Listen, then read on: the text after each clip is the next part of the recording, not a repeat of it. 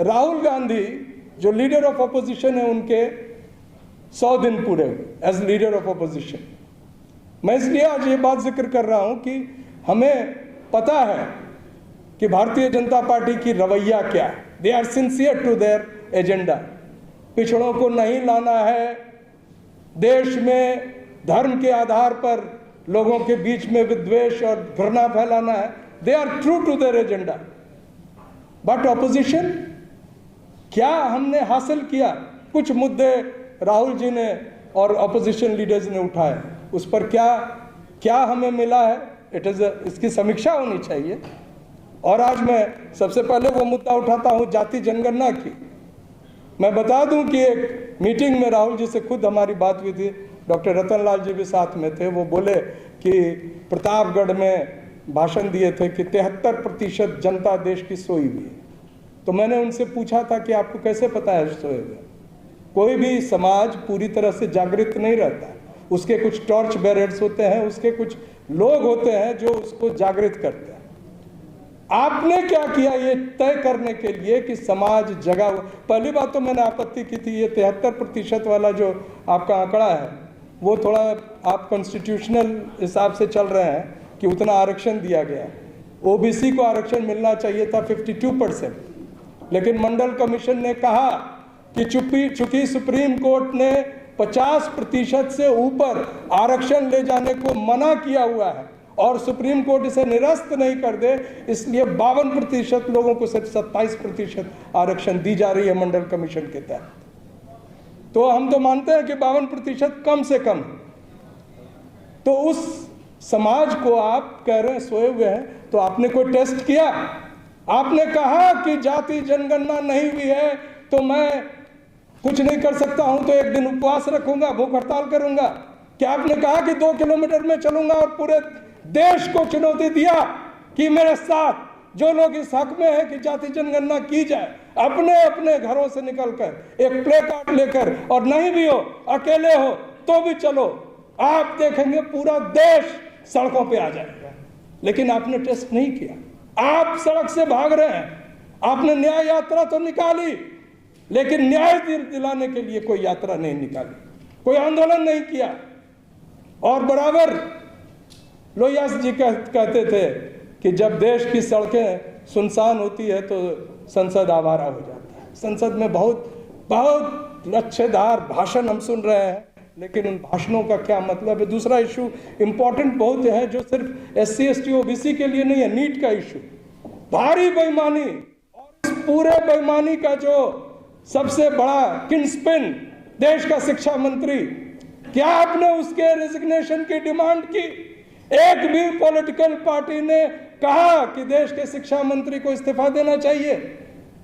सिर्फ SC ST OBC के बच्चे नहीं ठगे गए, उनके साथ सिर्फ नहीं बेईमानी हुई, पूरे देश के उन मेधावी छात्रों के जिनके माता पिता भूखे रहकर उनको ट्यूशन दिलाकर, कोचिंग दिलाकर, कोटा में पढ़ाकर उनको तैयार कर रहे थे डॉक्टर बनने के लिए, उनके साथ छल किया गया, ठगी की गई, कपट किया गया, बेईमानी की गई।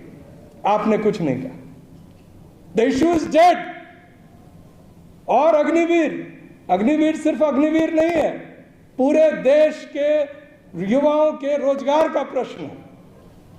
रोज भारतीय जनता पार्टी उस पर झूठ बोलती है और आपके पास कोई जवाब नहीं है।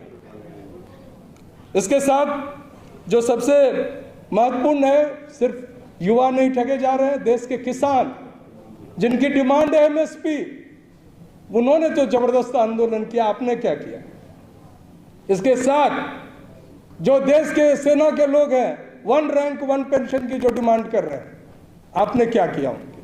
तो समीक्षा इसकी भी होनी चाहिए कि विपक्ष क्या कर रहा है। हम जानते हैं कि सत्ता पक्ष निरंकुश है, लेकिन हमें नपुंसक विपक्ष नहीं चाहिए। हमें चाहिए कि कोई हमारे साथ सड़क पर आगे चले। वो डॉक्टर रतन लाल कह रहे थे कि समाज के लोग नहीं जागृत, उनको चलना चाहिए। नेतृत्व का दूसरा असर होता है डॉक्टर साहब। मैं जानता हूं आपके साथ बहुत लोग हैं, लेकिन वो लोग नहीं है जितने राजनीतिक दलों के आगे पीछे घूमते हैं।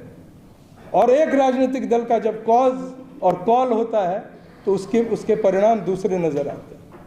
तो मैं आज चुनौती देता हूं इस मंच के माध्यम से कि विपक्ष जाति जनगणना को लेकर सड़क पर उतरे, नहीं तो माना जाएगा कि वो भारतीय जनता पार्टी के साथ मिले हुए हैं, जाति जनगणना कराने के पक्ष में नहीं।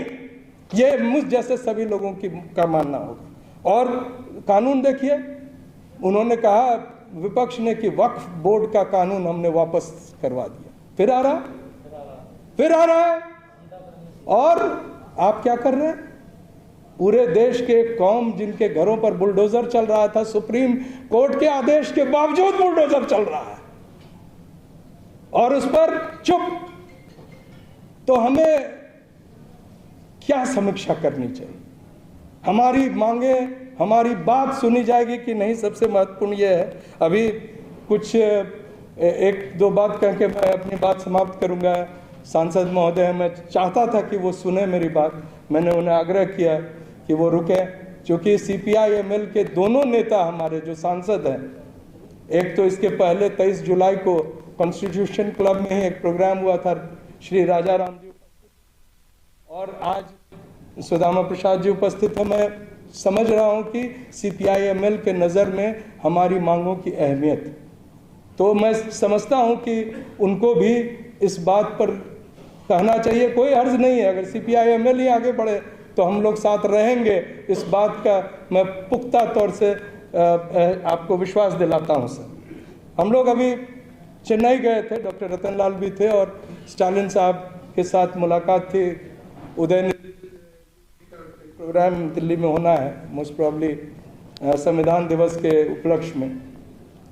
वहाँ एक संस्था DK, द्रविड़ कशगम जो है, वो एक जिस तरह से RSS बीजेपी के लिए होती है, DMK और AIADMK के लिए DK है, और वो पेरियार द्वारा स्थापित संस्था है जिसकी देखरेख अब उनके ही एक शिष्य के वीरामणी साहब करते हैं जो 91 ईयर्स ओल्ड।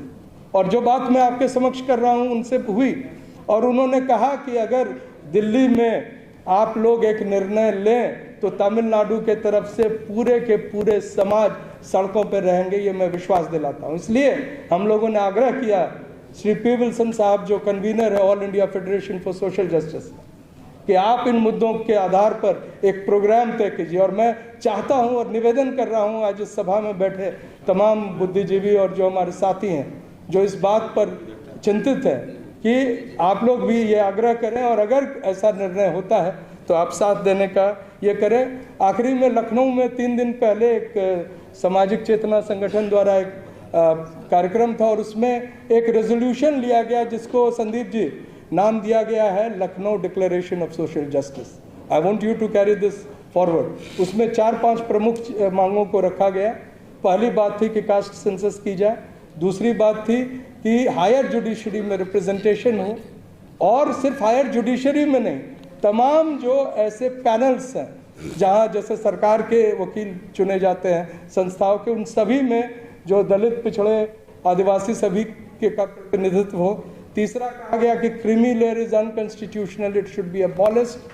चौथा कहा गया कि वर्गीकरण की जो आप बात कर रहे हैं सिर्फ OBC का ही नहीं, SC ST में कर रहे हैं, तो उसके पहले आपको ये बताना पड़ेगा कि किस समाज और किस जाति ने कितना कुछ पाया और कितना कुछ उसकी संख्या।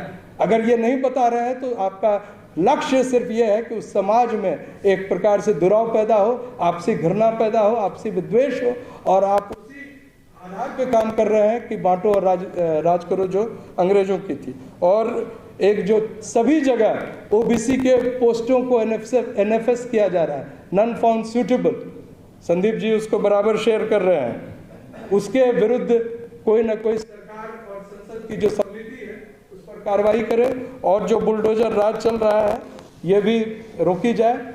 और सबसे अहम है कि एक कानून बनाया जाए कि अगर आप आरक्षण को उचित ढंग से नहीं लागू करते हैं तो it should be a criminal offence.